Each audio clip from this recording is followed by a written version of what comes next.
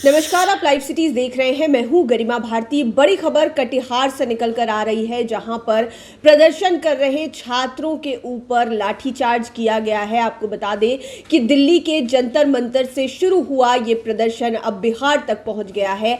पटना में कल आपने देखा कि कैसे छात्रों के द्वारा प्रदर्शन किया गया, लाठीचार्ज हुआ, आंसू गैस के गोले दागे गए और बहुत लोग उसमें घायल भी हुए। लेकिन अब बिहार के अलग अलग जिलों से, अलग अलग इलाकों से लगातार तस्वीर निकल कर आ रही है।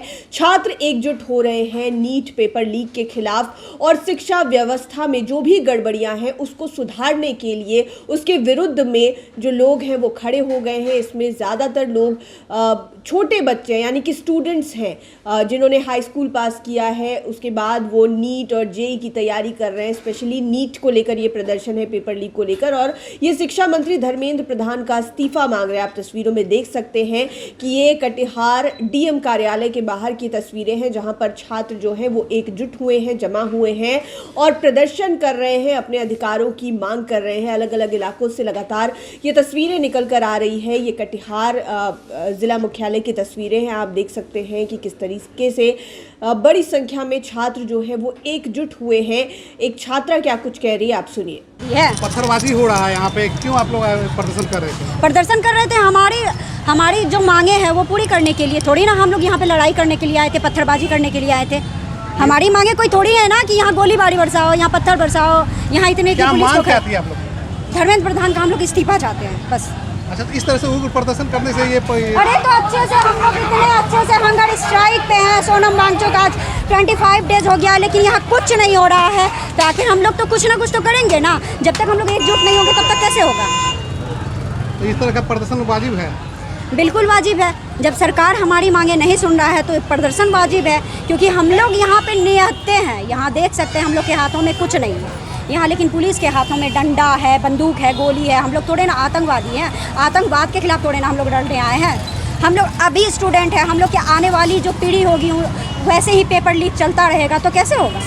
तो आपने छात्रा की बातें सुनी। उन्होंने कहा कि हम यहाँ पर इसलिए नहीं आए हैं कि यहाँ पर लाठीचार्ज हो, पत्थरबाजी हो, बल्कि हम यहाँ पर अपने अधिकारों को मांगने के लिए आए हैं।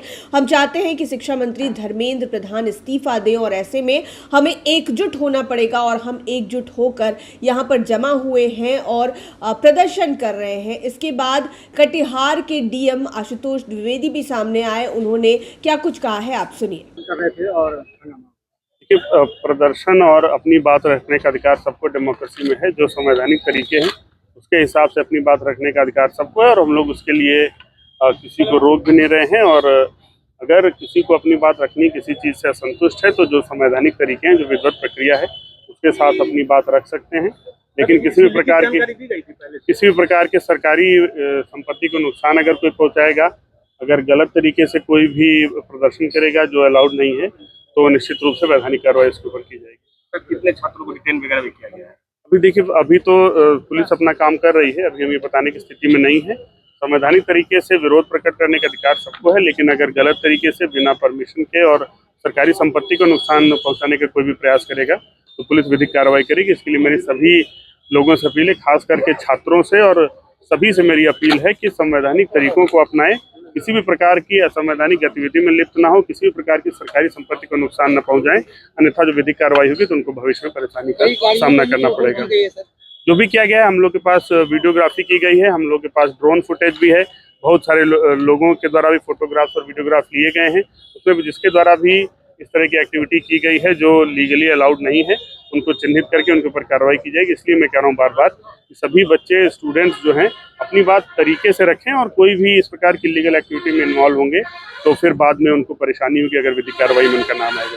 तो आपने कटिहार के डीएम को भी सुना, उन्होंने कहा है कि शांतिपूर्ण ढंग से प्रदर्शन करना हर किसी का अधिकार है। लोग अपने अधिकारों को मांगने के लिए प्रदर्शन कर सकते हैं, लेकिन संवैधानिक तरीके से यानी कि कानून के दायरे में रहकर आपको प्रदर्शन करना होगा। उन्होंने छात्रों को चेताया भी है कि अगर ये जो दायरा है वो क्रॉस हो गया, वो पार हो गया, तो आप पर कानूनी कार्रवाई भी हो सकती है। हालांकि माहौल फिलहाल बहुत गरमाया हुआ है, खासतौर पर बिहार के अलग अलग इलाकों का। पटना में भी आज कई इलाकों में छात्रों के द्वारा प्रदर्शन किया जा रहा था, लेकिन पुलिस के द्वारा उन्हें रोक दिया गया। जंतर मंतर का हाल आप देख ही रहे हैं। तो अब देश में जो है युवा और जेनजी खास करके एक सुर में शिक्षा व्यवस्था को सुधारने के लिए सड़क पर उतर गए हैं। अलग अलग राज्यों के ज़िलों से जो खबरें निकल कर आ रही है वो यही बता रही हैं कि जेनजी और ख़ास करके जो बच्चे हैं, जो युवा हैं, वो एक साथ हो गए हैं, एकजुट हो गए हैं और एक साथ आवाज़ लगाकर धर्मेंद्र प्रधान, जो कि केंद्र में शिक्षा मंत्री हैं, उनके इस्तीफे की मांग कर रहे हैं। देखना होगा कि आगे इस मसले में क्या होता है। आज पीएम ने भी इस पर रिएक्ट करते हुए फास्ट ट्रैक कोर्ट्स बनाने की बात की है, लेकिन बात यहीं पर शायद ख़त्म ना हो, आगे और भी मामला आगे बढ़े। देखना होगा क्या कुछ होता है। आप लाइव सिटीज़ के साथ बने रहें। इस वीडियो को यूट्यूब पर देख रहे हैं तो चैनल को सब्सक्राइब करें, फेसबुक पेज लाइक करें। आप हमें हमारे सोशल मीडिया हैंडल्स पर भी फॉलो कर सकते हैं। धन्यवाद।